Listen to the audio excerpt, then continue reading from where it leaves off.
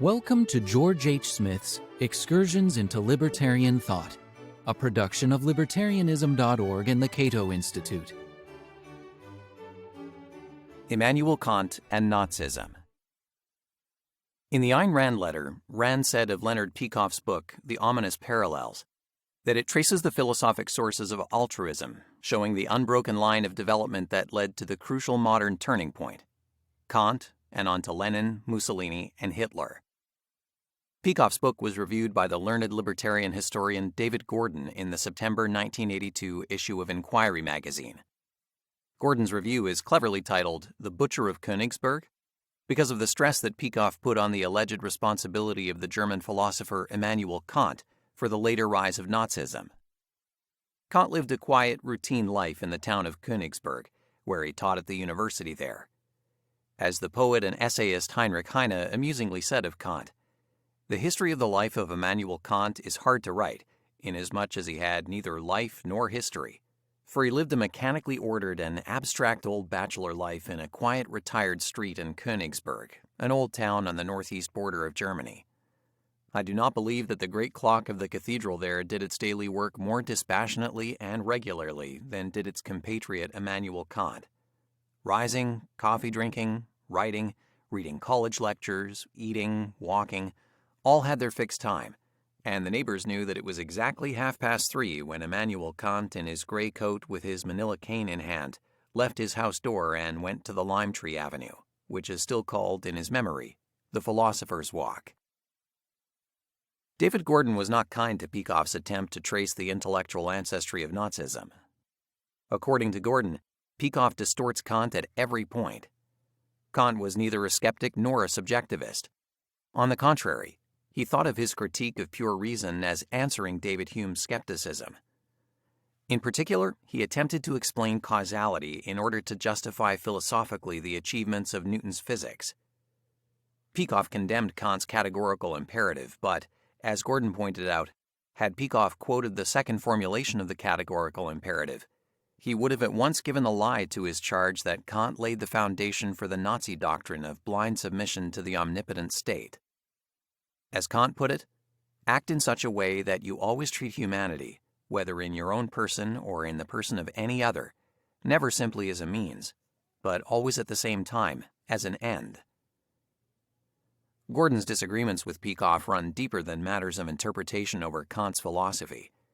More serious and more fundamental is the method Peikoff used to link Kant to Nazism.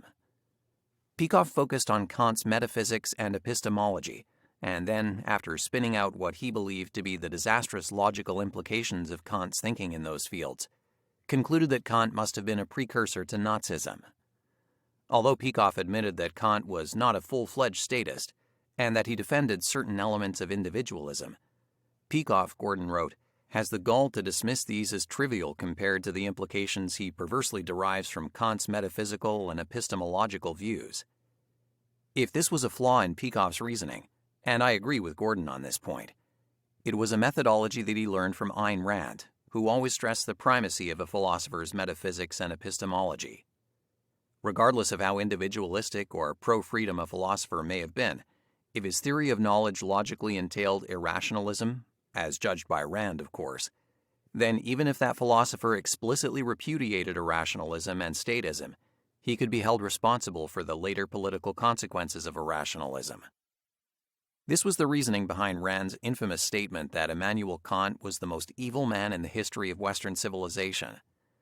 And this explains why Rand would have been unmoved by David Gordon's observation that such preeminent defenders of freedom as Ludwig von Mises and F.A. Hayek have regarded themselves as Kantians. There have been many more Kantian defenders of individualism and freedom, such as Ernst Cassirer, whom I discussed in my last essay. It may come as a surprise to many libertarians and objectivists to learn that Rand and Peikoff were not the first to link Immanuel Kant to Nazism.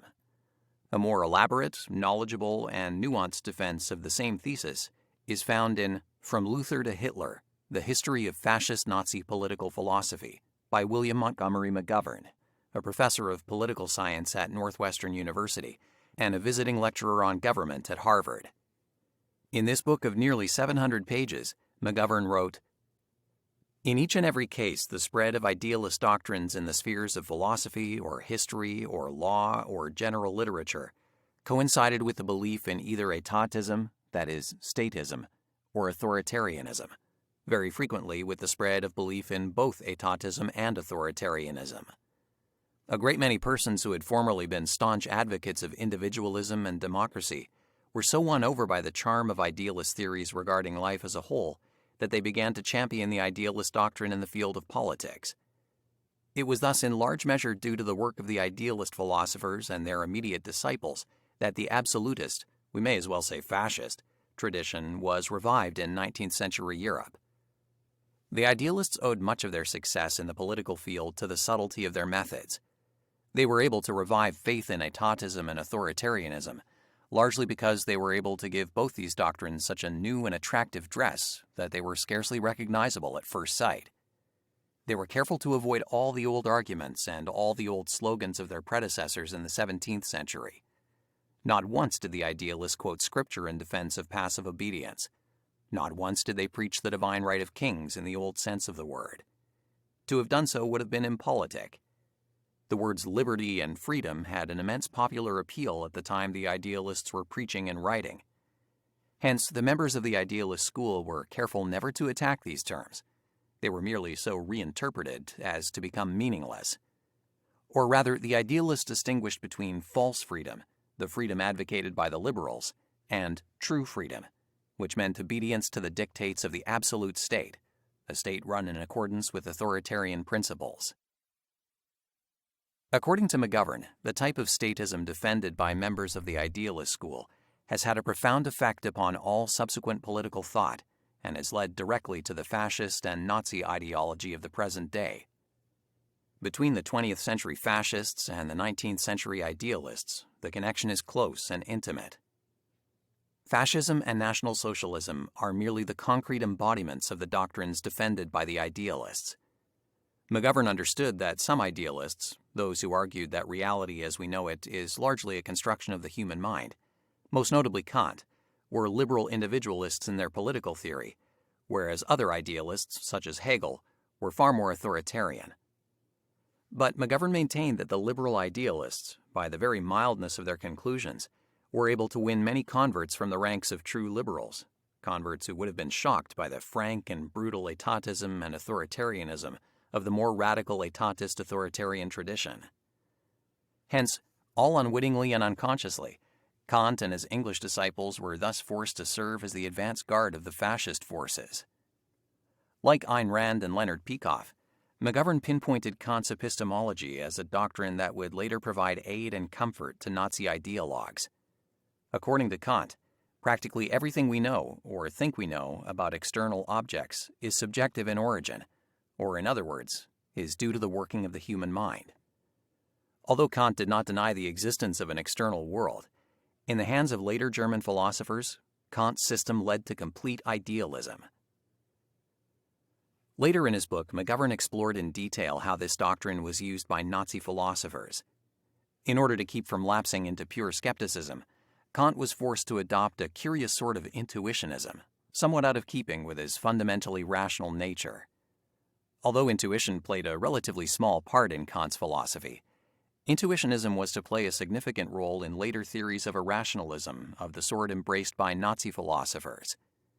It is this later irrationalism, derived indirectly at least from Kant, which has exerted such a profound influence upon fascist and Nazi ideology. McGovern also discussed certain features of Kant's political philosophy, especially his theory of the state, that were out of sync with his liberal tendencies, and how these status aspects later proved useful to Nazis. Although I regard this part of McGovern's discussion as more credible than his effort to link Kant to Nazism through Kant's epistemological idealism, I shall not discuss that topic here. Instead, I wish to conclude by calling attention to the disdain that some fascist philosophers displayed toward Kant.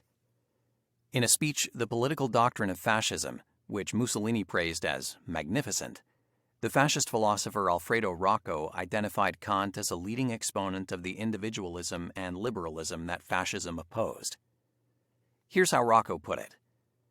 Thus, the liberals insist that the best manner to secure the welfare of the citizens as individuals is to interfere as little as possible with the free development of their activities, and that therefore the essential task of the state is merely to coordinate these several liberties in such a way as to guarantee their coexistence. Kant, who was without doubt the most powerful and thorough philosopher of liberalism, said, "Man, who is the end, cannot be assumed to have the value of an instrument." And again, justice, of which the state is the specific organ, is the condition whereby the freedom of each is conditioned upon the freedom of others, according to the general law of liberty. Rocco, like other fascists, vehemently opposed the liberal doctrine of individual rights and a limited government, and he correctly identified Kant as a major champion in that tradition. This doesn't mean, of course, that some aspects of Kant's philosophy, as reinterpreted and altered by later Kantians, did not find their way into fascist and Nazi philosophy. But here we need to consider the crucial question: to what extent should a philosopher be held responsible for how later thinkers used his ideas, especially when those later interpretations differ radically from how the original philosopher understood his own system? In truth, the philosophy of fascism and National Socialism was a patchwork, a stitching together of disparate ideas taken frequently out of context, from whatever sources would lend credibility to their quest to justify a totalitarian state. With the possible exception of Martin Heidegger, who joined the Nazi Party in 1933, no philosophy written by a fascist was worth the paper it was written on. We should therefore exercise extreme caution before condemning Kant or any other philosopher as a forerunner of fascism and Nazism. This has been Excursions into Libertarian Thought, a production of Libertarianism.org and the Cato Institute. To learn more about libertarian philosophy and history, visit www.libertarianism.org.